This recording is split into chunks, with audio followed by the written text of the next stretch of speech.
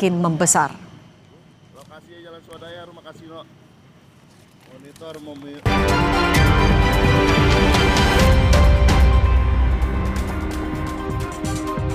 Saudara, Polres Kediri menangkap dan menetapkan seorang aktivis sebagai tersangka setelah diduga menjadi provokator pada aksi unjuk rasa yang berujung pada aksi anarkistis.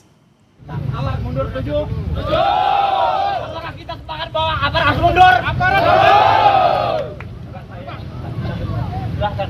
Mundur selok, Pak. Kita mau berdua saja melukai dan membunuh. Inilah momen aktivis Saiful Amin yang sedang berdebat dengan Kapolres Kediri Kota pada aksi unjuk rasa yang terjadi 30 Agustus 2025. Setelah menangkap Saiful Amin pada 2 September dan melakukan pemeriksaan serta gelar perkara, polisi menetapkan Saiful Amin sebagai tersangka. Dalam kasus ini, polisi menjerat Saiful Amin dengan pasal penghasutan dengan ancaman hukuman 6 tahun penjara.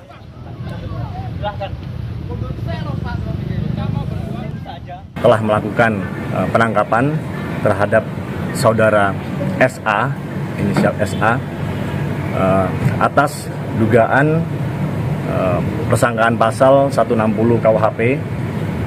Itu kita laksanakan setelah kita penyidik telah mengumpulkan minimal 2 alat bukti yang sah, sehingga kita telah melaksanakan gelar perkara berdasarkan penetapan dari adanya alat bukti keterangan saksi, kemudian alat bukti surat, kemudian alat bukti petunjuk. Sementara itu, Direktur Eksekutif Amnesty International Indonesia Usman Hamid menilai penangkapan aktivis dan warga sipil yang diduga terlibat provokasi tidak tepat. Menurut Usman Hamid, secara material dengan tuduhan penghasutan, pasal yang jadi dasar penetapan tersangka lemah.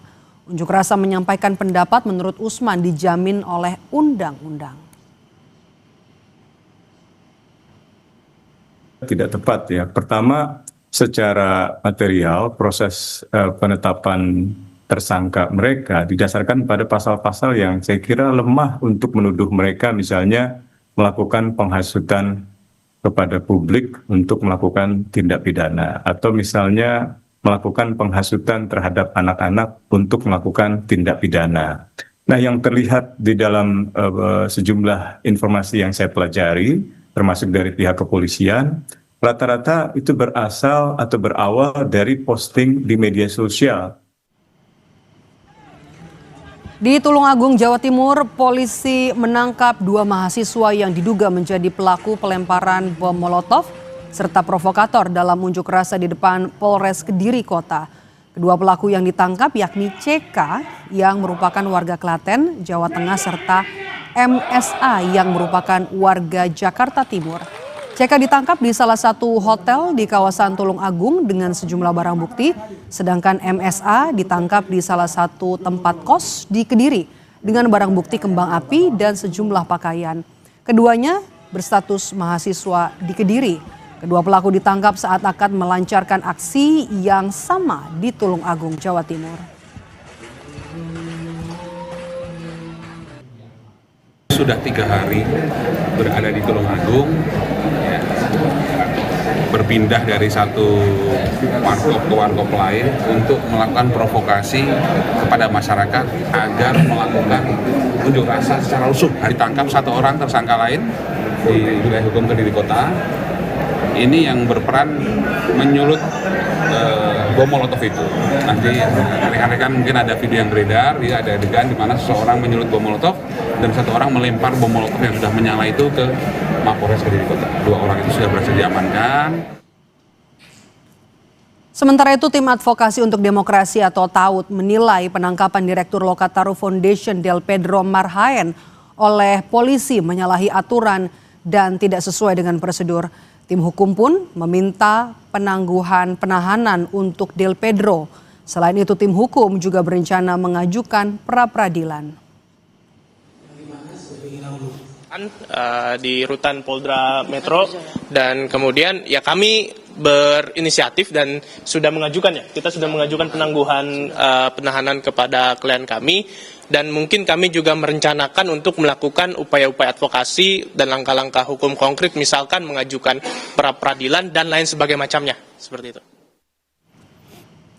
Polisi mengusut aktor utama di balik aksi anarkistis yang terjadi pada demo akhir Agustus di sejumlah titik di Jakarta. Kabid Humas Polda Metro Jaya Kombes Ade Ari Syam Indradi menyebut polisi sudah menangkap 43 orang yang diduga jadi provokator aksi dalam demo beberapa hari lalu. Ade Ari menyebut penyidik Polda Metro Jaya membagi 2 klaster terduga provokator, yakni provokator tindakan anarkistis di lapangan dan seruan demo di media sosial. Dari 25 Agustus kita ketahui bahwa tersangka itu ada 2 klaster lah ya, ada 2 kelompok. 6 tersangka pertama adalah kelompok orang yang diduga atau tersangka yang diduga menghasut, mengajak khususnya anak-anak, pelajar untuk ikut atau berada untuk hadir dalam situasi yang membahayakan keselamatan jiwa anak. Itu poinnya. Ya, kemudian klaster yang kedua adalah pelaku anarkis dan pelaku yang melawan petugas. Akan mengusut tuntas aktor utama, aktor penggerak utama di balik kerusuhan. Ini masih berproses, ya mohon waktu. Lebih lengkap soal penangkapan aktivis dan juga warga sipil yang diduga terlibat dalam provokasi aksi demonstrasi, kita bergabung bersama jurnalis Kompas TV, ada Andi Mas Budi dan juru kamera Ismail Hasan di Polres Kediri Kota, dan juga ada Abel Insani dan juru kamera Jamsari di Mapolda Metro Jaya. Kita ke Kediri terlebih dahulu. Andi Mas, 1 aktivis yang terbaru ini ditangkap oleh Polres Kediri Kota. Bagaimana proses hukumnya, perkembangannya? Memang Polres Kediri Kota sampai saat ini terus melakukan pengembangan, pemeriksaan dan juga penyidikan terhadap 26 orang tersangka yang diduga terlibat pada aksi anarkistis pada 30 Agustus yang lalu. Salah satu dari 26 orang itu yang terbaru adalah Saiful Amin, di mana seorang aktivis mahasiswa yang ada di Kota Kediri yang ditangkap Polres Kediri Kota pada 2 September lalu. Setelah melalui serangkaian pemeriksaan pada tanggal 3 kemarin, Satreskrim Polres Kediri Kota menetapkan Saiful Amin sebagai tersangka dengan tuduhan pasal 160 tindak pidana pengasutan. Maido. Ya, baik, dari Kediri kita pindah ke Jakarta. Abel, bagaimana kemudian juga penanganan sejumlah aktivis dan juga ada warga sipil yang ditangkap oleh polisi karena diduga terlibat provokasi aksi demonstrasi di Jakarta?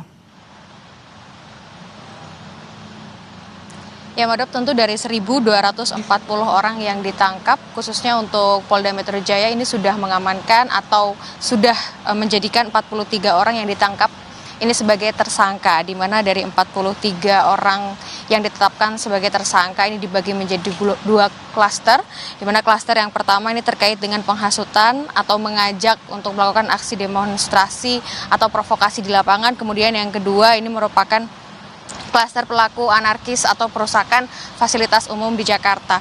Memang kalau kita melihat dari 43 orang yang dijadikan sebagai tersangka, ini untuk klaster penghasutan ada 6 tersangka yang ditetapkan. Nah, kemudian dari 6 tersangka atas klaster penghasutan ini salah satunya adalah Direktur Lokataru, yakni Del Pedro, di mana untuk saat ini juga masih dalam proses dan polisi terus melakukan proses, dan ini nanti juga akan terus didalami apakah nantinya akan ada tersangka baru atau tidak, mengingat ini merupakan sebenarnya penangkapan untuk aksi unjuk rasa gelombang di tanggal 25 sampai 31 Agustus, dan dari 43 tersangka ini 38 diantaranya sudah ditahan karena yang lainnya ini merupakan anak di bawah umur, sehingga untuk saat ini tidak ditahan di Polda Metro Jaya. Dan untuk saat ini Madam dan juga saudara, untuk yang ditahan ini merupakan aktivis ataupun juga warga sipil, di mana untuk saat ini yang juga sedang dilakukan oleh pihak Polda Metro Jaya khususnya ini terus melakukan pengamanan atau memastikan bahwa situasi di Jakarta dan juga sekitarnya aman. Karena kalau kita lihat dari penangkapan yang sudah dilakukan ini juga ada di beberapa tempat begitu ya, di tanggal 25 hingga tanggal 31 Agustus. Ini ada penangkapan di sekitar gedung DPR MPR, kemudian ada di Istora Senayan, dan saat ini polisi terus melakukan patroli setiap sore hari untuk memastikan bahwa keadaan di Jakarta ataupun juga sekitarnya aman. Kembali ke Anda, Maidop. Baik, terima kasih jurnalis Kompas TV Abel Insani, dan juga sebelumnya ada Andi Mas Budi melaporkan langsung dari Kediri. Terima kasih kawan-kawan. Saudara, desakan untuk segera membebaskan aktivis dan warga sipil yang ditangkap karena dituduh jadi provokator demonstrasi disampaikan sejumlah kelompok. Pembahasannya akan hadir sesaat lagi bersama Maidop Elfrina.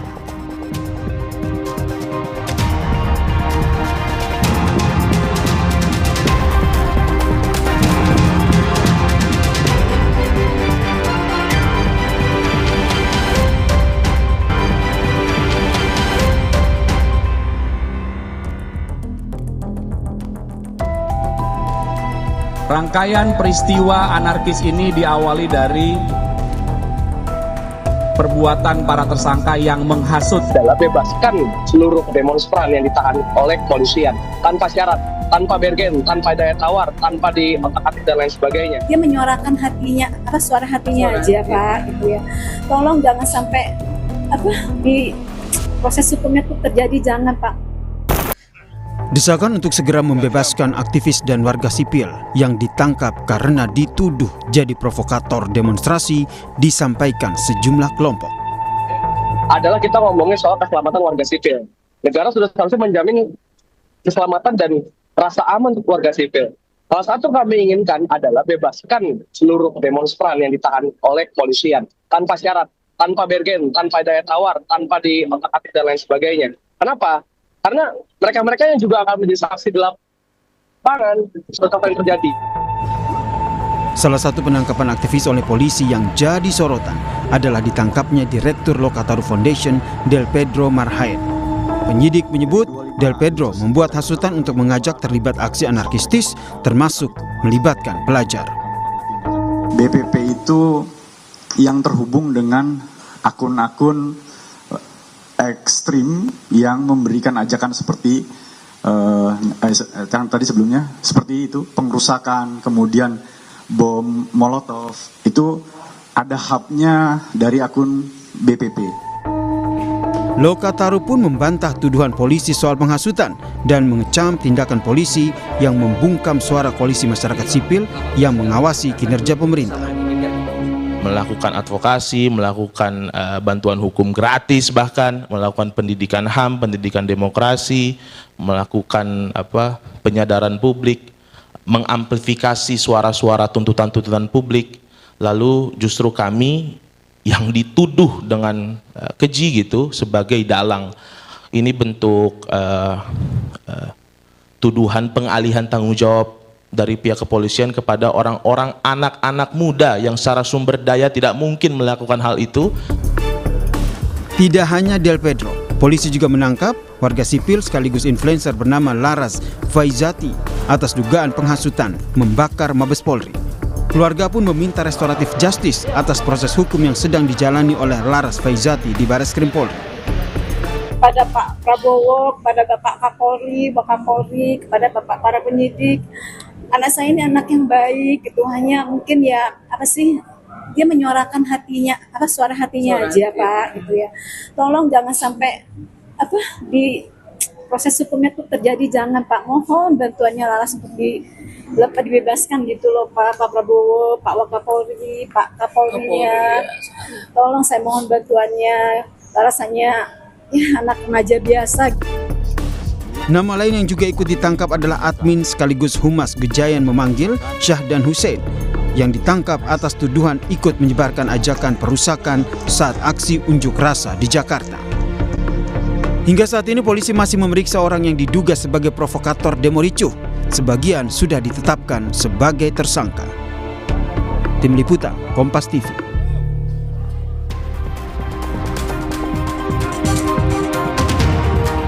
Saudara, di Jakarta polisi sudah menetapkan 43 orang tersangka kasus demo ricuh, sebagian dituding sebagai provokator termasuk penghasutan kepada anak-anak. Salah satunya adalah Direktur Lokator Foundation, Del Pedro Marhaen. Lalu bagaimana melihat proses penanganan kasus ini? Petang ini kita bahas bersama dengan sejumlah narasumber. Ada Irjen Purnawirawan Anton Carlian, mantan Kapolda Jawa Barat. Kemudian juga ada kuasa hukum Laras Faizati, Abdul Ghafur Sangaji. Nanti juga akan bergabung bersama kami dosen hukum tata negara dari Universitas Andalas. Sudah bergabung. Ada Bung Ferry Amsari. Saya mau ke Bung Ferry terlebih dahulu. Bung Ferry, bagaimana Anda kemudian melihat proses hukum dari kasus ini? Ya, bagi saya banyak tindakan yang tidak sesuai dengan prinsip konstitusional ya.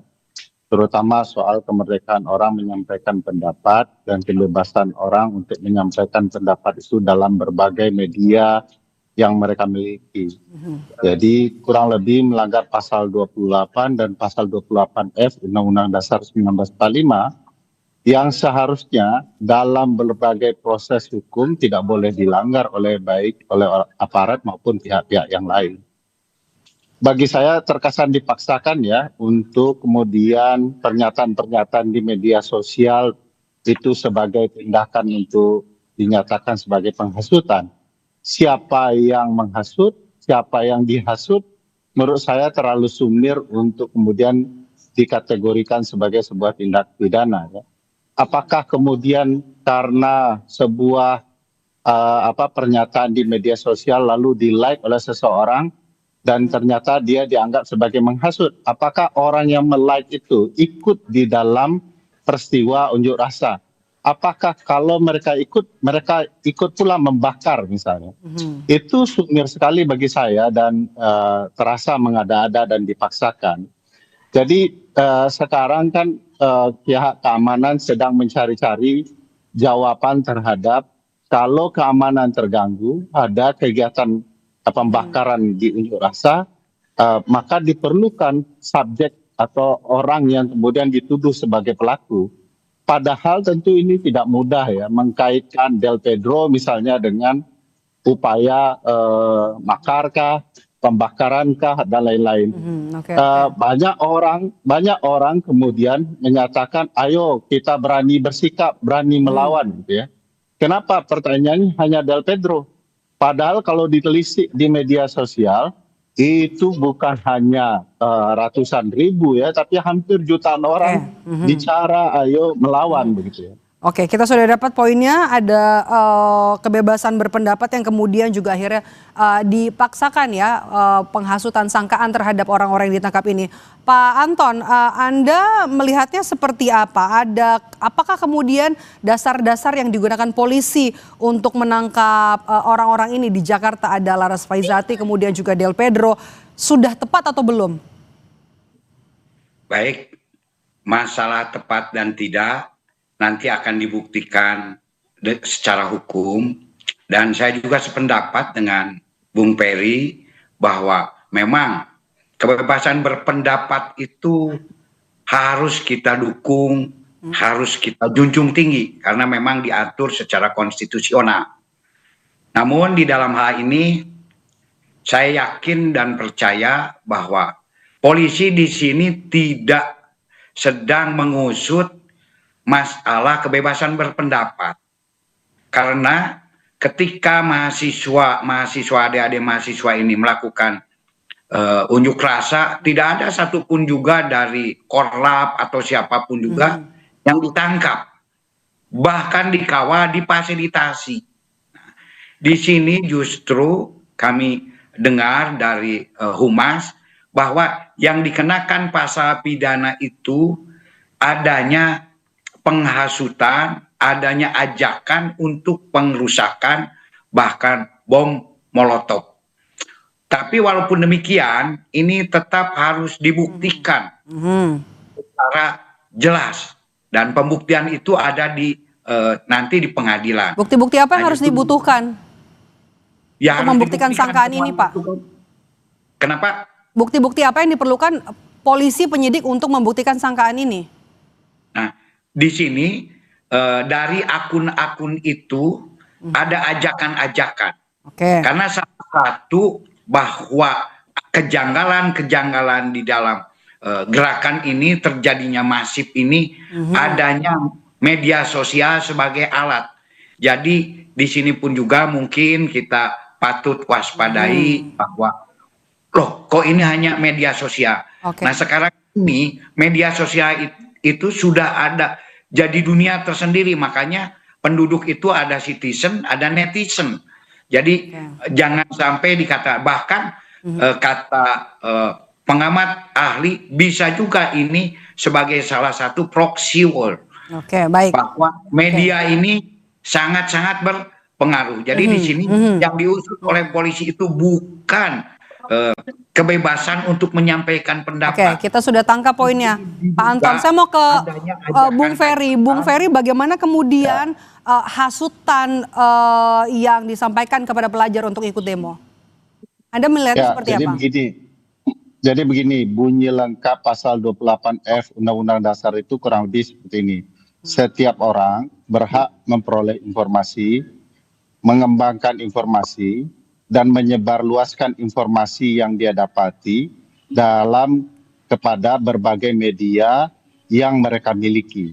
Jadi kurang lebih media sosial adalah media informasi. Kalau saya menyebarkan informasi bahwa DPR mengatakan rakyatnya tolol, begitu ya, lalu kemudian hidup dengan gaya hedonistik, ya, berjoget sana sini, sana kemari, lalu saya sebarkan. Dan saya bilang bahwa ini tidak elok, tidak baik. Yang menghasut itu pernyataan saya atau tindakan DPR. Kalau publik marah karena tindakan DPR, maka DPR harus dinyatakan sebagai orang yang melakukan penghasutan. Karena orang marah, gitu ya. Nah sekarang mari kita lihat unsur-unsur penghasutan itu, terutama terhadap orang yang dihasut. Saya tidak melihat ya, orang Del Pedro ya, saya kenal dia orang saja tidak besar badannya, kurus bahkan gitu ya, lalu punya kemampuan untuk kemudian mempengaruhi orang agar terhasut ucapannya. Dia hanya seorang pemuda yang bergerak demi kepentingan masyarakat sipil, menyuarakan pendapatnya, ya. Nah, masa orang menyuarakan pendapat kemudian dituduh menghasut? Yang terhasut siapa, begitu ya? Apakah orang terhasut itu karena Del Pedro atau karena tindakan para penyelenggara negara? Kan dua hal yang perlu diperhatikan baik-baik oleh pihak harus hati-hati nih penyidik untuk memproses kasus ini. Saya mau ke Pak Abdul Ghafur. Bagaimana kemudian proses hukum klien Anda, Laras Faizati, saat ini? Ya, makasih Mbak Meidab. Jadi untuk kasusnya Laras, saya kira itu tidak beda jauh dengan yang tadi sudah disampaikan oleh Bang Ferry ya, bahwa untuk kasus Laras begini, Laras ini seorang anak muda yang bekerja di lembaga internasional AIPA di bawah ASEAN, yaitu Asosiasi Antar Parlemen khususnya untuk negara-negara ASEAN. Nah pada tanggal 29 itu beliau memposting suatu ungkapan kekecewaan atau kemarahan yang mungkin barangkali berlebihan terhadap cara kepolisian menangani aksi unjuk rasa yang tereskalasi sedemikian masif di seluruh Indonesia, yang itu puncaknya adalah pada tanggal 28 malam itu meninggalnya seorang pengemudi ojol ya, almarhum Afan Kurniawan. Nah pada tanggal 29 itu beliau memposting sesuatu postingan yang nadanya memang ada isi untuk seperti membakar gedung Mabes Polri ya.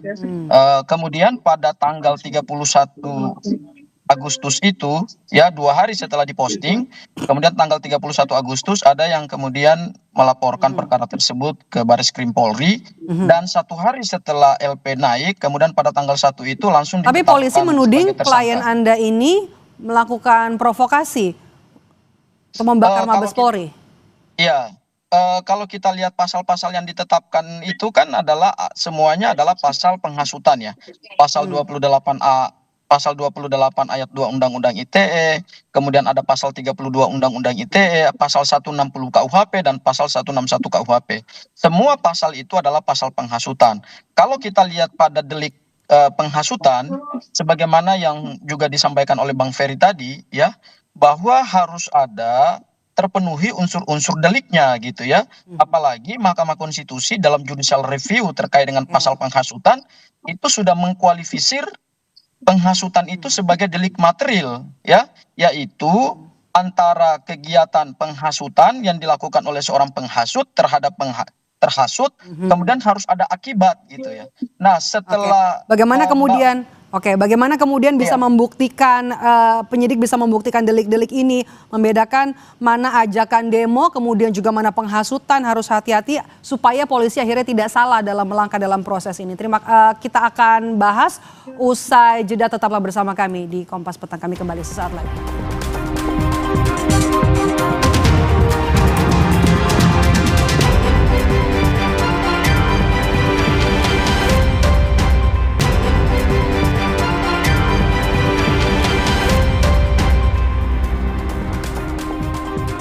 Kembali bersama saya Maido Pelfrina di Kompas Petang. Saya masih bersama dengan Pak Anton Carlian, Bung Ferry Amsari dan juga Pak Abdul Ghafur di dialog kita petang ini. Saya tadi terpotong, kemudian juga penanganan proses hukum ajakan demo, kemudian juga ada dugaan penghasutan, mana yang kemudian harus diperhatikan, harus benar-benar diteliti, dilakukan dengan hati-hati agar polisi kemudian tidak salah, dan juga bagaimana kemudian polisi bisa membuktikan delik-delik ini, Pak Anton. Memang delik-delik ini harus dibuktikan baik secara tutur kata maupun perbuatan. Seperti tadi penghasutan. Apakah benar ada kata-kata penghasutan? Nanti harus dikedepankan ahli bahasa. Dan memang berdasarkan teori kausa harus ada sebab dan harus ada akibat. Nah, mungkin di sini salah satu alasan kenapa polisi menetapkan D. Laras, mungkin karena ada kata-kata yang mengajak untuk membakar. Penyampaian aspirasi itu ada aturan-aturan tertentu. Tidak boleh menyampaikan aspirasi dengan mengajak untuk membakar. Dan ketika itu pun juga dianggap sebagai sebuah, boleh tidak mengajak untuk menyampaikan aspirasi. Untuk penyampaian aspirasi pun juga kan ada ketentuan, ada aturan, harus memberi pemberitahuan berapa banyaknya. Nah, dalam situasi yang sudah cukup ya kacau ini, nah kalau disebarkan begitu saja ini kan cukup berbahaya bagi keamanan dan ketertiban. Nah, adik-adik mahasiswa yang memang menyampaikan aspirasi kan dikawal jelas. Jadi boleh sangat dijunjung tinggi penyampaian pendapat, tetapi ada juga aturan-aturan yang memang harus ditaati oleh kita bersama. Tidak enak udile dewe, oh ini aspirasi. Kita tahan sampai di situ, Pak Anton. Saya mau ke Bung Ferry. Bung Ferry, Anda ada respons? Anda melihat ada dugaan pelanggaran HAM dalam penangkapan yang tidak sesuai dengan prosedur dalam kasus ini? Ya, pelanggaran HAM, pelanggaran konstitusional ya. Kausalitas itu kan juga harus logis ya, Pak Anton. Misalnya, apakah mungkin pelaku membakar sesuatu karena apa yang dia tonton di medsosnya Mbak Laras? Bagaimana Bapak bisa membuktikan bahwa pelaku pembakaran melakukan tindakan karena menonton media sosial Mbak Laras, uang pelakunya belum tertangkap? Bagaimana kemudian bisa dibuktikan bahwa orang-orang turun ke lapangan itu karena Mbak Laras? Emang mereka saling memfollow akun media sosial masing-masing. Dari mana kemudian para penegak hukum kemudian membangun logika itu? Jangan-jangan ini semua logika imajiner saja yang kemudian menurut saya tidak terlalu tepat untuk kemudian menuduh seseorang. Jadi sekarang aparat malah sedang mencari-cari kesalahan orang, mencari pelaku yang kemudian enak dikambing hitamkan gitu ya. Padahal tidak terdapat logika yang benar.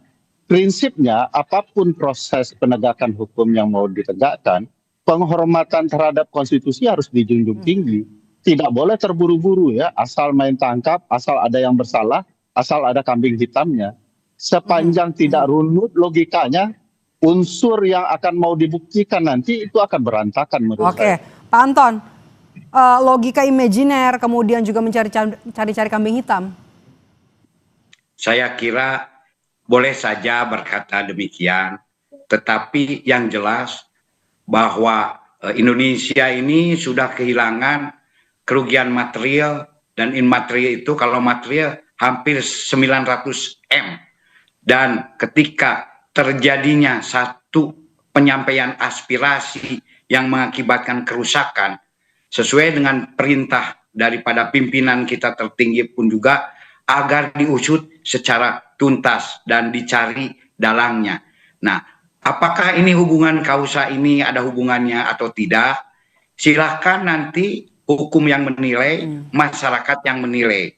Ketika ada satu akun yang mengajak agar membakar, kemudian terjadi pembakaran di lapangan, nah apakah itu ada hubungannya atau tidak? Silahkan nanti kita buktikan secara hukum di pengadilan. Saya mau ke Bung Ferry. Mbak Maido. Bung Ferry. Ya. Bung Ferry, saya mau ke poin soal desakan. Ada desakan kemudian untuk membebaskan mereka yang dituding jadi provokator. Beralasankah desakan ini? Ya, alasan itu sangat masuk akal karena pihak kepolisian harus menjelaskan dulu seseorang itu dituduh melakukan kegiatan penghasutan itu karena apa? Siapa yang dihasut dan karena apa mereka melakukan tindakan dari yang menghasut. Ini kan tidak sinkron ya, bukti-bukti belum bertemu, orang yang membakarnya seperti apa, apakah dia terhasut karena medsosnya Mbak Laras, lalu kemudian dia dituduh sedemikian rupa, ya sudah main ditangkap saja. Tidak bisa bahasa yang digunakan, kita tunggu pengadilan. Loh, sebelum masuk ke pengadilan, harus ada bukti-bukti ya? Untuk seseorang kan harus ada 2 alat bukti yang cukup ya, yang betul-betul beralasan orang ini bersalah. Jadi bagaimana mungkin ada orang yang terhasut, ada orang yang menghasut, tetapi tidak ada orang yang terhasut. Kalau kaitannya dengan media sosial, apakah yang terhasut memfollow Mbak Laras atau dia menonton? Bagaimana? Tahan sampai di situ, Bang Ferry. Pak Abdul Ghafur, apa yang kemudian Anda akan perjuangkan? Bagaimana perjuangan Anda untuk klien Anda? Iya, jadi Pak Anton sama Mas Ferry, saya ingin memberikan catatan terhadap 2 hal. Yang pertama dari sisi hukum formil, pidana formil, ini proses penetapan tersangka sampai kemudian perintah penangkapan dan penahanan itu nggak sesuai dengan prosedur KUHAP. Jadi pada saat LP dibuka itu tidak pernah ada tahap penyelidikan. Ya, seharusnya kan ada tahap penyelidikan dulu, kemudian terlapor memberikan klarifikasi, kemudian setelah itu ditentukan kalau ada peristiwa pidananya, baru naik tahap penyidikan. Ini sama sekali tidak pernah dilakukan penyelidikan dan tidak pernah dimintai klarifikasi. Tiba-tiba sudah datang penyidik Baris Krim Polri membawa. Apa kata polisi Pak saat itu? Pada saat penangkapan? Apa kata polisi pada saat penangkapan? Pada saat kami mendampingi Mbak Laras itu, kami bertanya, kok kenapa tidak dilakukan klarifikasi pada tahap penyelidikan? Kata polisi bahwa ini suatu keadaan yang genting. Saya ingin memberi catatan di sini Pak Anton. Keadaan genting itu tidak bisa kemudian kita menabrak hukum acara kita ya. Kita ini negara hukum, jadi semua harus berdasarkan hukum. Itu dari sisi hukum formil. Kemudian dari sisi hukum pidana material, sebagaimana tadi yang disampaikan oleh Mas Ferry tadi, Bang Ferry tadi, bahwa ini harus bisa dibuktikan dulu karena pernyataan Mbak Laras terkait dengan kata-kata membakar gedung Mabes Polri itu tidak pernah terjadi dampak apapun. Ya, kalau ada yang menghasut pembakaran kemudian terhadap gedung-gedung lain atau fasilitas publik, barangkali ada ketersambungannya atau ada asas kausalitasnya gitu. Tapi terhadap Mbak Laras, ini Mbak Laras hanya membuat satu story Instagram kemudian diviralkan oleh orang yang kita juga nggak tahu, oleh akun-akun yang nggak jelas. Kemudian tidak pernah ada peristiwa pembakaran terhadap gedung Mabes Polri. Tetapi oleh penyidik ini dirumuskan sebagai suatu tindak pidana atau dugaan tindak pidana. Menurut kami kan harus terpenuhi dulu unsur-unsur tindak pidananya gitu. Kita bicara delik material ya, ini bukan delik formil. Penghasutan itu harus jelas antara 3 unsur utama, siapa yang menghasut, siapa yang terhasut, dan harus ada akibat nyata, akibat konkret dari suatu penghasutan itu. Kalaupun memang Mbak Laras menyampaikan kata-kata bakar gedung Mabes Polri, itu bisa jadi berdasarkan hasil pemeriksaan penyidik itu hanya ungkapan kekecewaan yang spontan dan tidak diikuti oleh aksi massa, tidak diikuti oleh mobilisasi massa. Dan Mbak Laras ini ingat loh ya, dia bukan demonstran, dia tidak terlibat di dalam aksi-aksi anarkis, aksi-aksi lapangan. hanya seorang profesional bekerja di lembaga internasional, tapi kemudian pada saat momen Pak Anton, eskalasi bagaimana besar, Anda menjawab tudingan dari salah satu orang yang ditangkap, kemudian juga ada tudingan cacat prosedur, kemudian juga pembuktian soal penghasutannya? Baik, justru di sini apapun juga tadi penyampaian aspirasi itu apapun juga alasannya tidak boleh melakukan satu ajakan yang bersifat pembakaran. Nah, apakah ini berhasil atau tidak? Misalkan sekarang maaf saja ada di akun yang mengajak untuk membakar rumah Pak Abdul Gopur. Nah, kemudian tidak terjadi. Tidak terjadi itu karena apa? Itu mungkin saja karena di Mabes Polri saat itu ya penjagaannya tidak bisa ditembus. Nah, kemudian juga masalah cacat prosedur hukum, saya kira di era keterbukaan zaman sekarang ini tidak mungkin istilahnya tanpa adanya dua alat bukti yang sah, Polri melakukan suatu upaya-upaya yang sangat-sangat bertentangan dengan hukum. Karena kalau memang dikatakan misalkan ada kekurangan-kekurangan, mari kita juga selesaikan berdasarkan ranah hukum, yaitu adanya pra-peradilan. Silahkan, kan di sana bukan anggota Polri, tapi pihak-pihak pengadilan yang akan mengadili apakah benar tindakan Polri ini tidak sesuai dengan hukum, baik dalam persangkaan maupun dalam sisi Pak Abdul Ghafur, tantangan pra-peradilan akan diambilkah oleh klien Anda? Lewat pra-peradilan. Pak Anton, begini, saya kira ini bukan soal isu pra-peradilan ya, tetapi ini soal kehati-hatian dan profesionalisme Mabes Polri, apalagi ini lembaga Mabes Polri ya, yang tentu ini kita harapkan dalam melakukan penegakan hukum itu kan harus sesuai dengan due process of law.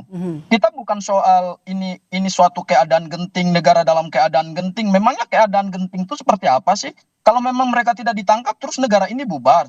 Kalau memang mereka tidak ditangkap, terus aksi demo itu makin meluas dan merusak Indonesia. Apalagi kemudian nanti terjadi tindak pidana makar seperti yang disampaikan oleh Pak Presiden Prabowo, saya kira itu tidak tepat ya.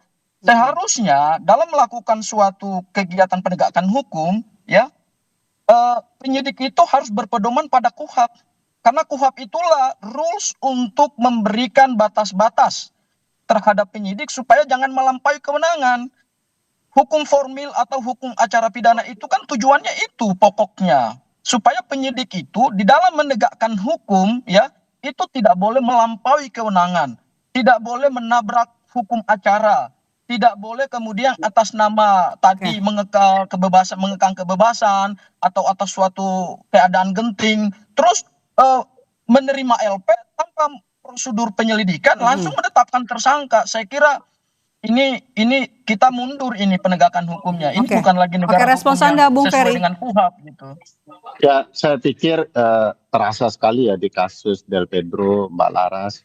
Teman-teman aparat kepolisian sedang mengada-ada saja. Menurut saya misalnya dinyatakan bahwa ini keadaan genting. Padahal yang menentukan keadaan genting bukan kepolisian. Ada presiden di dalamnya itu. Dan kita ketahui tidak ada tuh pernyataan presiden soal keadaan genting. Baik itu nanti berupa darurat sipil maupun darurat militer ketika aksi berlangsung. Jadi itu sama sekali tidak dibenarkan. Perlu juga diperhatikan sebelum bicara KUHP, kita perhatikan hak konstitusional orang. Misalnya di pasal 28D bahwa setiap orang berhak mendapat perlakuan yang adil. Adil nggak kalau setiap satu orang ketika dia menyatakan bakar atau lawan gitu ya, lalu dia dinyatakan sebagai pelaku tindak pidana penghasutan. Padahal kalau Pak Anton perhatikan di media sosial, banyak tuh jutaan orang ngomong itu semua gitu ya. Nah bagi saya tidak bisa juga kemudian dicarikan orang yang kemudian mudah untuk ditangkap lalu dia ditudingkan dia melakukan tindakan yang menimbulkan keributan itu. Jadi juga harus beralasan. Nah soal alat bukti misalnya tadi Pak Anton mengatakan harus ada alat bukti yang sah. Ini bukan alat bukti yang sah saja tapi alat bukti yang cukup gitu ya. cukup untuk menuding orang bahwa dialah memberikan penghasutan. Nah, pertanyaan saya, kalau kemudian alat buktinya hanya pernyataan di media sosial, sementara orang yang terhasutnya tidak pernah ketemu, bagaimana itu ceritanya orang dituding telah melakukan penghasutan? Bisa saja Pak Anton mengeluarkan pernyataan yang sangat bombastis ya, bakar parlemen, tapi yang dibakarnya tempat yang lain, tidak ada hubungan sama sekali. Kalau kemudian ada dibakar tempat yang kemudian berkaitan dengan itu, belum tentu juga, karena antara yang disampaikan dengan yang dilakukan oleh penghasut berbeda.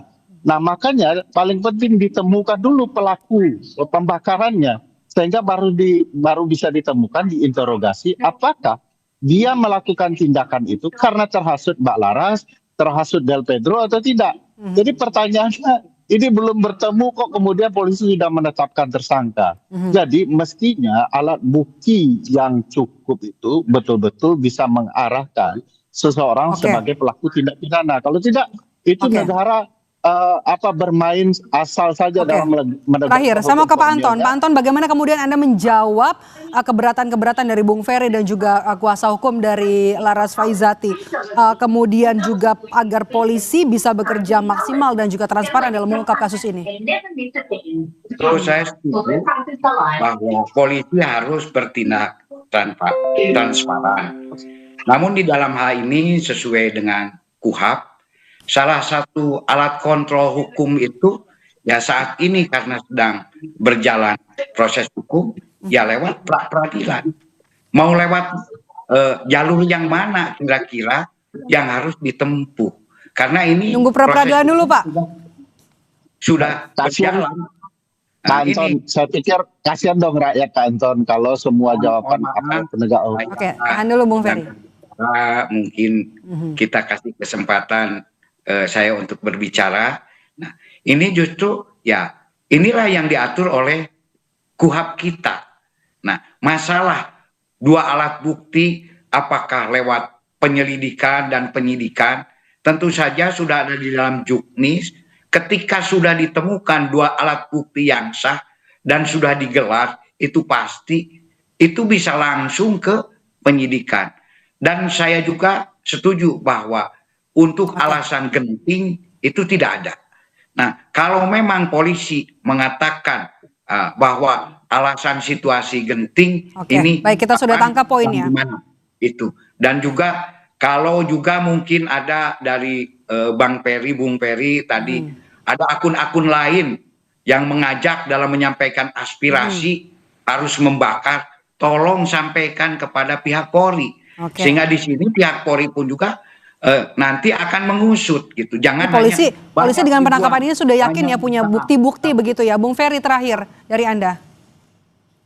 Ya, seperti ini ya. Yang paling penting itu polisi dan aparat penegak hukum tidak asal ya. Dan tidak boleh polisi cuman mengatakan tempuh jalur hukum pra-peradilan. Loh, kan harusnya orang juga diberikan haknya. Kenapa dia dituding? Apa alasannya? Apa buktinya? Disampaikan secara terbuka kepada publik ya.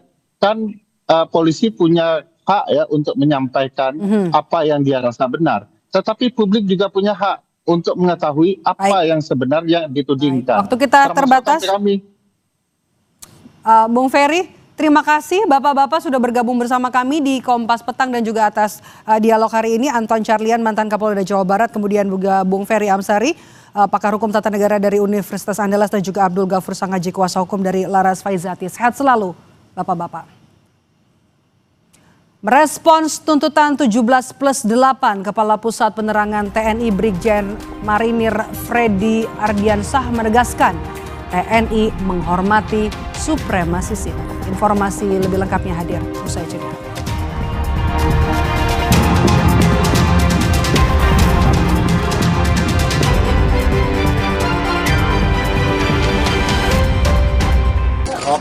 Ketua BEM Kema Unpad 2025, Vincent Thomas, mengaku belum puas dengan respon dari DPR. Menurutnya, jawaban dari Wakil Ketua DPR itu tidak sepenuhnya mencabut akar masalah, yaitu tidak adanya transparansi dan pelibatan publik dalam setiap pengambilan keputusan. Pertama, DPR RI udah ngejelasin atau melaksanakan transparansi sesuai ketentuan yang diatur Undang-Undang Keuangan Negara dan KIP. Kemudian kedua, kita bicara soal transparansi semestinya dilakukan secara kontinuitas atau berkelanjutan. Nah, poinnya adalah padahal DPR RI itu memiliki portal website atau punya platform-platform lain sebetulnya yang bisa dioptimalkan. Tuntutan 17+8 merupakan bagian kecil dari pekerjaan yang harus diselesaikan oleh pemerintah dan DPR. Rakyat berharap kebijakan-kebijakan yang dilahirkan ke depan bisa menyentuh langsung kebutuhan masyarakat. Tim Liputan Kompas TV. Bersama kami sudah ada Rafael dari BEM Visip UI bergabung bersama kami di studio. Apa kabar Rafael? Terima kasih, baik. Oke, ada juga melalui sambungan Zoom ada Sugiyat Santoso, politisi Partai Gerindra sekaligus Wakil Ketua Komisi 13 DPR RI, dan juga ada Mas Agung Baskoro. Selamat petang semuanya. Oke, kayaknya suaranya masih di mute, tapi saya ke Rafael dulu. Rafael, kalau mendengar apa yang disampaikan oleh Wakil Ketua DPR kemarin, sudah menjawab keresahan publik belum menurut Anda? Sebelumnya terima kasih Mbak. Menurut saya jawabannya simpel, belum dan masih jauh. Tuntutan 17 itu punya deadline kurang lebih seminggu. Artinya apa? Sebenarnya ini hanya butuh political will yang tinggi. Dan ketika seminggu ini belum disahkan, belum ada pergerakan, belum ada dasar hukum, hanya satu di antara yang lain, menurut saya jauh dari memuaskan publik. Saya mau ingatkan kepada teman-teman dan masyarakat lainnya gitu, bahwa ditemuinya tuntutan dengan pejabat bukan akhir. Audiensi kemarin, pertemuan teman-teman influencer bersama pejabat itu bukan akhir. Kita harus terus menggalang eskalasi lagi untuk menopang demo lagi, untuk menuntut lagi karena masih jauh dari puasan. Nah, karena poin substansi yang belum tersentuh menurut Anda yang mana? tim investigasi untuk Afan belum, libatkan ruang dialog untuk publik masih jauh. Dan poin-poin transparansi itu masih jauh juga, gaji juga masih itu, dan tunjangan juga. Ini masih banyak Mbak poin-poin 17 ini. Belum kita bahas 8 yang memang upayanya masih lebih dalam ya. Cuma begini, 17 dulu menurut saya masih jauh. Masih jauh, karena kalau dari Pak Sugiyat katanya akar masalahnya belum tersentuh. Political will-nya sebenarnya ada nggak dari DPR? Ya baik, yang pertama bahwa apa yang disampaikan oleh pimpinan DPR kemarin, itu saya pikir secara substansi maupun secara detail sudah menjawab apa yang menjadi tuntutan 17+8 dari tuntutan kawan-kawan mahasiswa, kawan-kawan civil society maupun kawan-kawan gerakan rakyat yang murni. Kan tuntutan 17+8 itu punya dimensi jangka pendek yang harus dituntaskan pada tanggal 5 September kemarin. Dan ada 8 tuntutan juga yang itu dalam konteks jangka panjang diberi waktu selama setahun pada tanggal 31 Agustus 2026 nanti. Dan tuntutan itu bukan hanya untuk DPR, ada beberapa lembaga pemerintah juga yang punya otoritas untuk menjawab itu. Tapi dalam konteks tuntutannya ke DPR seperti tunjangan perumahan yang dihentikan, dan memang sebelumnya pada tanggal 25 Agustus, pimpinan kami, Bang Dasko juga sudah menyatakan bahwa tunjangan perumahan itu sudah ditiadakan, terus ada beberapa evaluasi tunjangan yang itu juga sudah disampaikan, kan. Belum lagi misalnya ada keputusan moratorium kunjungan ke luar negeri, tapi jika ada undangan dari negara lain yang itu wajib untuk dihadiri, itu baru bisa. Belum lagi DPR juga sebetulnya punya semangat untuk meningkatkan transparansi anggaran dan peningkatan partisipasi publik. Pak Sugiyat, tapi kan akar masalahnya kalau disebutkan bukan cuma soal pemotongan tunjangan, tapi ada disparitas kesenjangan kesejahteraan dari anggota DPR dengan masyarakat. Itu salah satu pemantiknya. Ya saya pikir semangat yang disampaikan oleh pimpinan DPR RI kemarin juga dalam konteks menjawab itu Mbak, ya kan. Misalnya terkait dengan apa yang dituntutkan oleh kawan-kawan gerakan mahasiswa. Pertama adalah tunjangan perumahan sudah ditiadakan. Begitu juga dengan evaluasi beberapa tunjangan yang lain juga sudah dievaluasi dan ditetapkan. Kalau tidak salah kemarin dari apa yang disampaikan oleh pimpinan DPR melalui Bang Dasko, take home pay anggota DPR sekarang tinggal 65 juta kan. Dan yang paling penting tadi dikatakan bahwa terkait dengan transparansi dan partisipasi publik. Saya pikir DPR periode ini itu seluruh rapat kami Mbak, itu ada live streamingnya yang bisa ditonton oleh publik, baik rapat komisi, bahkan sidang paripurna juga ada praksi balkon yang itu bisa melihat langsung kawan-kawan media. Dan dalam konteks partisipasi publik, misalnya saya di Balek ya, di setiap rapat Balek itu kita dalam penyusunan rancangan undang-undang selalu menghadirkan civil society, kampus, pakar-pakar untuk penguatan isi dari substansi undang-undang yang akan kita rumuskan dan kita bahas. Jadi di balai itu ada namanya rapat dengar pendapat umum yang mengundang kawan-kawan mahasiswa, kawan-kawan civil society, kawan-kawan pakar, kawan-kawan NGO untuk pembahasan undang-undang. Saya pikir partisipasi publik dalam konteks fungsi dan tugas DPR sudah kita jalankan. Problemnya memang katanya kan sudah dijalankan. Kalau Anda sendiri dari mahasiswa melihat itu sudah puaskah? Tapi jangan dijawab dulu, kita sambung lagi saja. Tetap bersama kami di Kompas Petang berikut ini.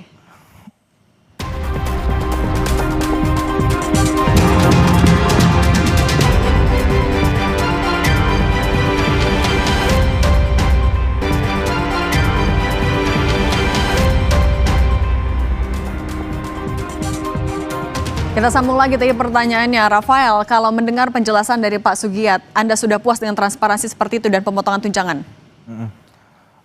Tadi Pak Sugiat sempat mention juga, oh selama ini kita udah RDPU, selama ini begini. Loh, kan selama ini yang jadi masalah, sebelum-sebelumnya itu jadi masalah, transparansi publik jadi masalah. Sebelum kita ngelihat ke depannya akan seperti apa, coba kita lihat dulu presidennya seperti apa. RUU TNI disahkan secara diam-diam. RUU KPK secara cepat, RUU Pilkada pun bisa cepat. Jadi kita lihat sebenarnya kalau ada political will ini bisa, dan transparansi publik masih jadi masalah karena presidennya buruk sekali. Artinya Anda belum lihat ada political will-nya itu kalau melihat ke belakang? Belum, karena menurut saya mudah saja bagi pemerintah, kan ini koalisinya sangat besar dan ketika ada political will yang kuat mudah saja membentuk tim investigasi, menjunjung tinggi supremasi sipil dan mereformasi kepolisian lebih jauhnya mudah saja menurut saya jika memang ada political will. Oke, nah kalau Mas Agung, tapi kalau melihat dari respons Wakil Ketua DPR kemarin juga sudah bisa melihat keseriusan dari DPR ataupun juga mewakili pemerintah belum?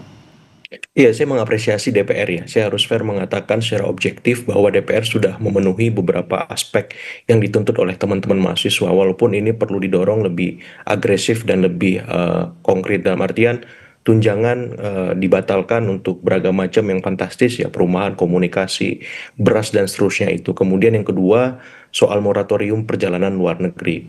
Itu juga sudah ditunda kecuali ada undangan. Saya kira ini lebih progresif terus, websitenya, kemudian sosial platformnya juga sudah aktif untuk merespon aspirasi 17+8 itu. Bahkan berapa waktu belakangan anggota-anggota dewan menyambut para demonstran. Saya kira progres itu harus dilihat secara utuh ya, bahwa ada kemajuan, tapi nggak cukup. Ya, nggak cukup itu kenapa? Karena kita melihat, kata Mas Rafael tadi, ada presiden yang kurang baik dari DPR ketika menjalankan fungsi-fungsinya.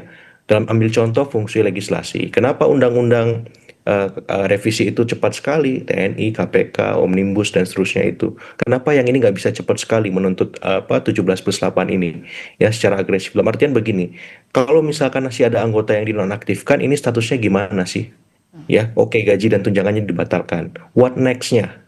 Dipecat, apakah mereka mundur dan seterusnya. Bagi anggota DPR yang belum dinonaktifkan yang kemarin bermasalah juga seperti apa? Itu satu. Yang kedua, kemudian bagaimana arahan dari DPR, kemudian partai, karena ini akarnya di partai juga, yang mendorong reformasi kepartaian kita supaya lebih baik partainya. Ketika kemudian nanti 2029, alek-aleknya juga demikian, bisa merepresentasikan, bisa melaksanakan fungsi legislasi, budgeting, pengawasan, representasi dengan maksimal. Itu kan yang belum dilihat. Nah, jadi kalau saya ditanya apakah itu sudah tercermin kemarin ketika Pak Dasko dan beberapa wakil pimpinan Pak Cucun dan Pak Saan tampil di media kemudian merespon 17+8, iya. Tapi ini harus terejawantah ke 577 anggota dewan yang lain untuk juga tampil di muka umum seperti Pak Sugiat juga. Ya, mengaktifasi medsosnya, serba hadir di dapil. Ketika ada demonstran juga muncul. Jadi yang merespon tidak anggota dewan itu aja, Mbak Cindy. Merespon kan semuanya merata, harus punya pemahaman yang sama. Nah, kalau Pak Sugiat, kemarin diapresiasi, tapi ke depannya artinya menerjemahkan tuntutan dari masyarakat, apalagi akan dilakukan dalam waktu dekat? Ya, sebetulnya kalau terkait dengan bagaimana DPR periode ini responsif terhadap isu-isu kerakyatan, saya pikir sepanjang yang saya pahami ya Mbak ya, bahwa pada periode ini DPR juga, ya kita harus jujur juga kan, tidak fair juga. Misalnya dalam beberapa kasus bahwa DPR juga sangat cepat responsifnya terhadap isu-isu kerakyatan. Misalnya pada bulan Januari yang lalu ketika ada persoalan PPN 12% dan itu dianggap merugikan rakyat, dan pada saat itu civil society, publik juga marah, DPR yang menuntaskan itu. Lalu bulan Februari ketika ada isu kelangkaan BBM, kelangkaan LPG 3 kilo, lagi-lagi DPR yang turun. Belum lagi terkait dengan misalnya kasus BBM oplosan, lagi-lagi DPR yang turun. Pun pada beberapa waktu yang lalu misalnya ada kisruh persoalan perebutan antar pulau di Provinsi Aceh dan Sumatera, lagi-lagi DPR yang menuntaskan atau menyelesaikan persoalan tersebut. Saya pikir ya dalam konteks yang lebih global atau yang lebih luas buat DPR periode ini, sepengetahuan saya itu sudah merespon beberapa isu kerakyatan. Pastinya ya kami juga tidak menganggap bahwa gerakan civil society atau gerakan mahasiswa itu lawan kami, tidak, itu menjadi mitra strategis kami. Bagaimana kami juga selalu diingatkan terhadap tugas-tugas kami. Ya ke depan kita saling bersinergi saja, berkolaborasi, saling menguatkan. Bagaimana DPR dan gerakan civil society kan aktor-aktor demokrasi yang harus saling dikuatkan dan saling diingatkan. Saya pikir Oke, itu. soal sinergi dengan civil society, gimana Rafael? Anda meyakini itu akan bisa dilakukan secara betul-betul bermakna depannya? Balik lagi Mbak, menurut saya dua hal. Pertama political will dan penyelesaian atau setidaknya komitmen terhadap root cause-nya, masalah-masalah dasarnya. Tadi sampaikan juga, ini kan semula pemantik besarnya dari komunikasi publik. Tolong dong partai dilatih, dikasih training khusus untuk komunikasi publik. Ini kan sebenarnya hal yang dasar. Cuma jadi pemantik kemana-mana gara-gara komunikasi publik yang jelek. Ini tuh bisa diselesaikan juga oleh DPR sebagai lembaga atau partai juga sebagai pengusung. Tapi kan nggak ada selama ini komitmen kayak gitu. Padahal ini pemantiknya gitu. Dan root cause-nya masih banyak lagi di 8 tuntutan lain. Saya belum melihat komitmen-komitmen seperti itu gitu. Oke soal gaji, oke soal tunjangan. Root cause-nya Pak dan political will, dua hal ini saya rasa bisa diselesaikan dalam seminggu. Nah, kalau dalam seminggu, Mas Agung, apakah artinya sebenarnya DPR ini bisa, tapi harus dikasih deadline dulu, harus dikasih tekanan dulu? Singkat saja, Mas Agung. Iya, saya sering kali mengungkapkan reshuffle itu kan sering terjadi di level eksekutif Mbak Cindy, di kabinet ya. Saya berharap partai-partai bisa dalam terpetik mereshuffle anggota parlemen yang nggak komitmen untuk kerja. Saya mau tanya ke Pak Sugiat, berapa orang sih yang datang setiap RDP di anggota-anggota DPR itu, setiap DRDP, kemudian saya dapat data di paripurna, jumlahnya turun terus. Ketika kemarin dilantik 63%, sekarang sudah anjlok sampai 50% datang paripurna. Ini kan soal kehadiran, ini komitmen dan keseriusan mereka. Mau nggak mereka yang terpilih sekarang 580 itu datang setiap rapat, datang setiap paripurna, ngomong, bicara yang substantif ketika ada hearing dengan kementerian dan seterusnya. Nah kalau mereka nggak mau kerja, di reshuffle saja, diganti sama nomor urut di bawahnya yang paling banyak suaranya. Jadi maksud saya ini penting, komitmen bersih-bersih di tubuh DPR itu jelas arahnya.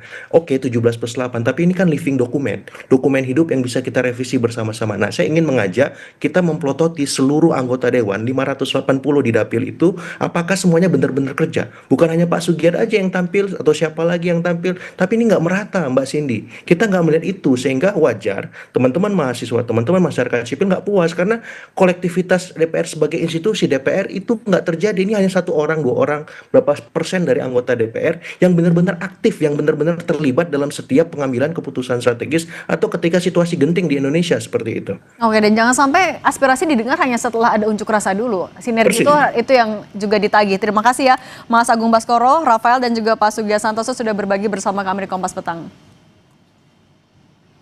Kompas Petang masih akan kembali usai jeda. Saudara, polisi masih mengusut kasus penjarahan di rumah anggota DPR nonaktif dan rumah Menteri Keuangan Sri Mulyani.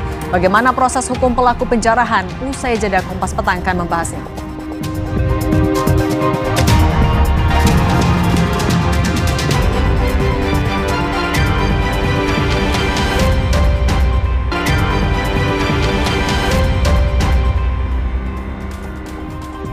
Kompas Petang kembali masih bersama saya Cindy Permadi. Saudara, Polda Jawa Timur resmi menetapkan 9 orang sebagai tersangka kasus pembakaran gedung negara Gerahadi. 8 orang diantaranya masih berstatus anak di bawah umur dan 1 lainnya merupakan dewasa. Polisi menyebut 9 orang tersangka terlibat dalam aksi pelemparan bom Molotov yang membakar simbol pemerintahan di jantung kota Surabaya. Selain 9 tersangka, polisi juga menetapkan 74 tersangka lain yang menjadi pelaku pembakaran, perusakan, dan penjarahan.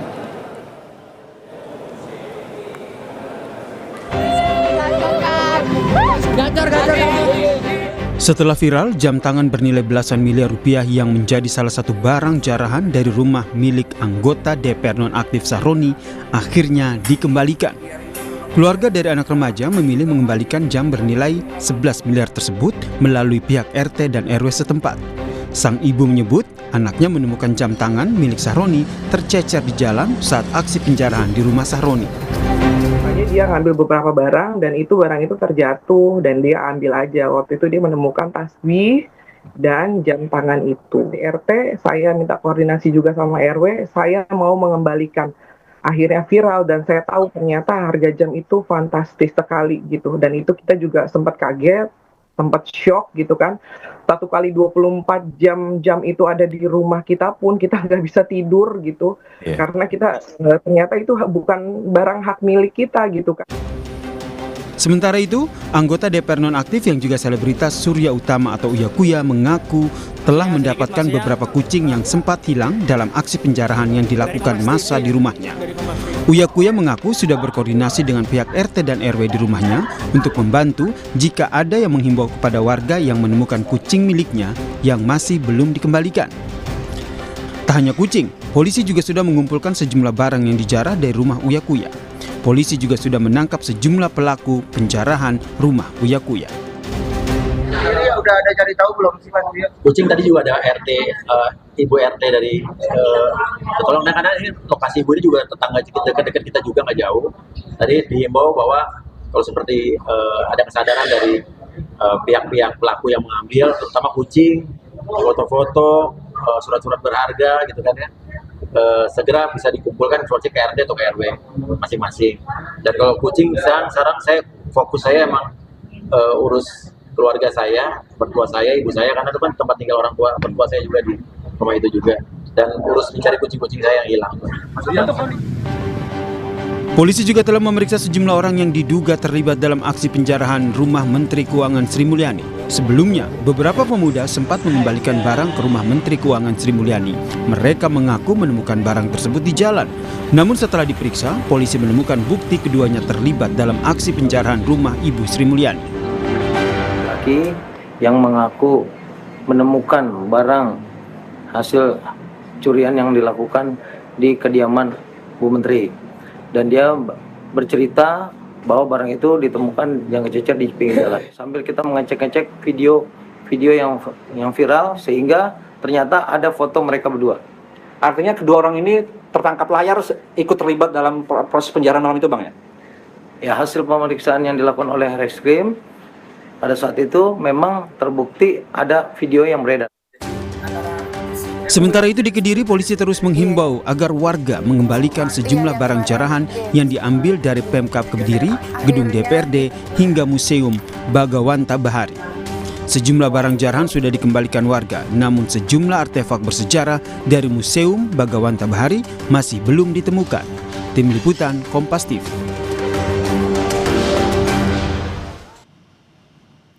Polisi masih mengusut sejumlah pelaku penjarahan yang dilakukan, baik di rumah anggota DPR nonaktif, rumah Menteri Keuangan Sri Mulyani, hingga di sejumlah daerah. Sejumlah barang ada yang sudah dikembalikan atas inisiatif pribadi, namun ada juga yang belum dikembalikan. Lantas bagaimana proses hukum terhadap para pelaku? Kita terhubung dengan Guru Besar Hukum Pidana Universitas Pelita Harapan, Profesor Jamin Ginting. Prof. Jamin, selamat petang. Selamat petang, Mbak. Prof. Jamin, kan banyak sekali perannya, ada yang memang menjarah, ada yang mengambil, ada yang perusakan, ada yang hanya ikut-ikutan, ada yang nemu saja, dan kemudian ada yang juga sudah dibalikin. Nah, kalau konteksnya seperti ini, ada yang misalnya memang hanya ikut-ikutan saja pun membalikan, gimana caranya agar polisi tidak malah salah tangkap atau salah dalam proses hukumnya? Ya, saya kira kualifikasi pertama yang harus dicari adalah orang yang menghasut untuk melakukan penjarahan dan pencurian ya kategorinya terhadap barang-barang milik orang lain dalam masa situasi yang sangat mencekam tersebut ya begitu. Nah, nanti pelakunya ini masuk dalam pasal 106 penghasutan untuk membuat keributan dan keonaran. Lalu dia juga nanti bisa disertakan dengan pelaku pencurian masuk di pasal pencurian ya di 362. Nah, pencurian ini berarti orang siapa? Karena ini deliknya delik formil, maka di mana barang sudah diambil, setelah selesai diambil, maka itu sudah full toid ya, bahasa hukumnya sudah sempurna tindak pidananya. tidak terkecuali apakah barang itu dikembalikan atau tidak, maka pelaku bisa dijerat dengan pasal pidana. Nah, kalau dia tidak mempunyai niat, kalau dia niat adalah untuk mengembalikan dan dia tidak punya niat untuk menguasai barang tersebut, maka tidak bisa dipidana. Tadi salah satu contohnya, dia menemukan barang tersebut di jalan atau menemukan di tempat lain dan dia mengembalikan, tidak mempunyai niat untuk menguasai barang tersebut, maka dia tidak bisa dipidana. Tapi kalau dari awal dia mengambil karena ketakutan dipidana lalu dikembalikan, itu tidak menjadi suatu alasan untuk tidak dapat dipidana begitu. Tetapi perlu diingat ya, bahwasannya sekarang ada yang namanya RJ, Restorative Justice. Jadi kalau orang yang sudah mengembalikan dan ada orang yang pemiliknya mengampuni dan memberikan perdamaian dengan orang tersebut, maka orang tersebut bisa mengajukan restoratif justice sehingga tidak perlu dilanjutkan lagi kasusnya. Saya kira untuk orang-orang yang tidak punya niat jahat, yang hanya mempunyai ikut-ikutan dan mengembalikan, seharusnya dilakukan dengan restoratif justice dan tidak perlu dilakukan penahanan. Jangan sampai hanya untuk membuat formil, membuat supaya memuaskan masyarakat atau pemilik, harus ada yang ditahan. Padahal belum tentu orang tersebut mempunyai niat jahat untuk menguasai. Nah, Prof Jamin, gimana caranya polisi bisa membuktikan mana yang memang punya niat, mana yang punya tidak, agar tidak hanya ya sebatas formil aja. Gimana cara bisa membuktikannya? Ya, saya kira para penyidik dalam hal ini harus memiliki bukti yang sah. Tadi sudah dikatakan, ada orang hanya mencuri atau mengambil mainan anak-anak, begitu ya. Nah, lalu dia mengembalikan. Tapi karena pada saat itu tertangkap layar dia mengambil dan dikembalikan, maka dia juga dipidana. Ini suatu hal yang menurut saya tidak perlu dipidana. Hanya objeknya ya, saya bukan material ya, artinya hanya mainan anak-anak, pidananya ada. Dia dapat dilakukan penuntutan atau untuk dihukum, tetapi karena hanya cuma mainan anak-anak, saya kira ada restoratif justice. Ibu Sri Mulyani yang terhormat sebagai menteri harus memberikan perdamaian dengan orang tersebut supaya orang tersebut tidak ditahan sehingga tidak dilanjutkan lagi. Nah, syarat bisa dilakukan restoratif justice itu apa aja, Prof? Ya, syarat restoratif justice bahwasanya ada kesepakatan antara korban dengan pelaku untuk menyelesaikan melalui RJ. Dan tindak pidana ini bukan tindak pidana pengulangan atau tindak pidana yang terkait dengan nyawa dan tubuh manusia, tapi ini terkait dengan barang. Jadi sehingga menurut saya ada inisiatif, apakah dari Kuya-Kuya, apakah dari Menteri Sri Mulyani, apakah dari Saroni, ini untuk memberikan yang mana menurut mereka dapat diberikan restoratif justice, yang mana tidak. Jadi bisa dikualifikasi seperti itu. Jangan sampai semuanya yang hanya ikut-ikutan, lalu mengambil sendok, mengambil piring, mengambil sesuatu yang tidak punya nilai, lalu dia yang menjadi sarana untuk dijadikan tindak pidana. Saya kira jangan sampai seperti itu mencederai ya masyarakat yang tidak tahu menahu. Justru para pengasuh inilah yang harus ya, pengasuh-pengasuh yang melakukan tindak pidana inilah yang harus dicari dan dihukum begitu. Oke, tapi kalau melihat titik penjarahan kan tidak hanya satu. Apakah sebenarnya ini adalah hal yang bisa dilakukan cepat oleh polisi untuk mencari siapa provokator awalnya, siapa dalang awalnya? Saya kira intelijen kita tidak cukup sulit ya untuk bisa menemukan itu. Apalagi sarana dan prasarana CCTV, sarana dan sarana komunikasi yang dimiliki Baris Krim Polri maupun dengan bantuan TNI untuk mengungkap siapa penghasut dan pelakunya penghasutan itu. Jadi sudah sangat gampang sekali untuk bisa melakukan penangkapan ya, karena ini adalah aktor intelektual, sedangkan masyarakat ini kan terpengaruh, apalagi mereka secara pendidikan dan kualitas kemampuan mereka untuk menguasai, untuk tidak melakukan itu kan kecil sekali begitu. Jadi menurut saya harus hadir para korban ini untuk mengkualifikasikan yang mana bisa dinyatakan sebagai orang yang cuma ikut serta tapi tidak punya niat, ada yang memang benar-benar niat. Itu bisa dilihat dari kualifikasi pertama itu. Yang kedua terkait dengan berapa besar yang dicuri itu. Kalau hanya nilainya tidak signifikan, saya kira tidak perlu ditahan dan ditindaklanjuti ke pengadilan begitu, Mbak. Tapi Prof, kalau misalnya berkaca dari misalnya kasus penjarahan yang sudah pernah terjadi, ini bisa dibaca sebagai sesuatu yang sistematis atau spontanitas saja ketika ada kemarahan dari warga? Saya kira tidak bisa dikatakan spontanitas kalau titik-titik itu dilakukan secara sistematis. Saya beberapa kali mendengar dalam rencana itu sudah dilakukan dalam 2 gelombang. Ya, gelombang pertama sebagai pengintip, gelombang 2 sebagai orang yang melakukan pengerusakan atau juga melakukan pengambil-alihan, dan itu disebarluaskan melalui sarana dan sarana media sosial seperti TikTok ya. Jadi saya kira ini berupa secara sistematis sudah ada, tinggal bagaimana saja nanti aparat penegak hukum ini dapat membuktikan. Jadi jangan sampai orang-orang yang kecil ini menjadi pelaku lalu dijadikan penahanan, sementara aktor intelektual dan yang punya konsep besar terkait dengan kerusuhan ini tidak dijadikan tersangka begitu. Oke, Prof. Jamin Ginting, terima kasih sudah berbagi perspektifnya di Kompas Petang. Saya selalu, Prof. Kita akan kembali usai jeda dengan informasi bangunan toko rusak dan seorang pegawai toko terluka akibat bus Transjakarta menabrak 2 toko di Menteng Atas, Jakarta Selatan.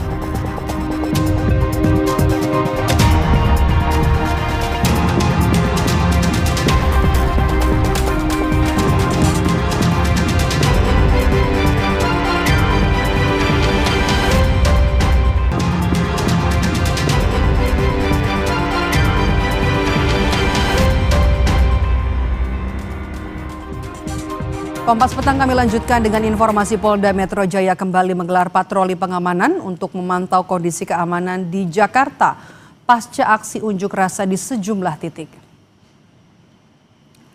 Patroli gabungan dilakukan dengan melibatkan 288 anggota yang terdiri dari Polri, berbagai satuan Polda Metro Jaya, Brimob, dan Satpol PP DKI Jakarta.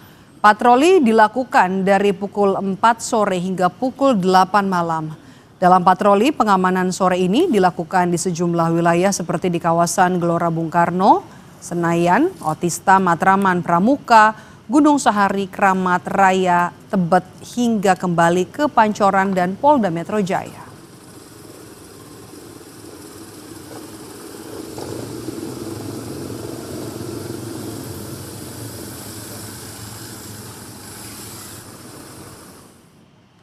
Tentara Nasional Indonesia atau TNI merespons soal tuntutan 17+8 yang 3 diantaranya ditujukan untuk mereka. TNI mengapresiasi sejumlah tuntutan dan masukan dari masyarakat.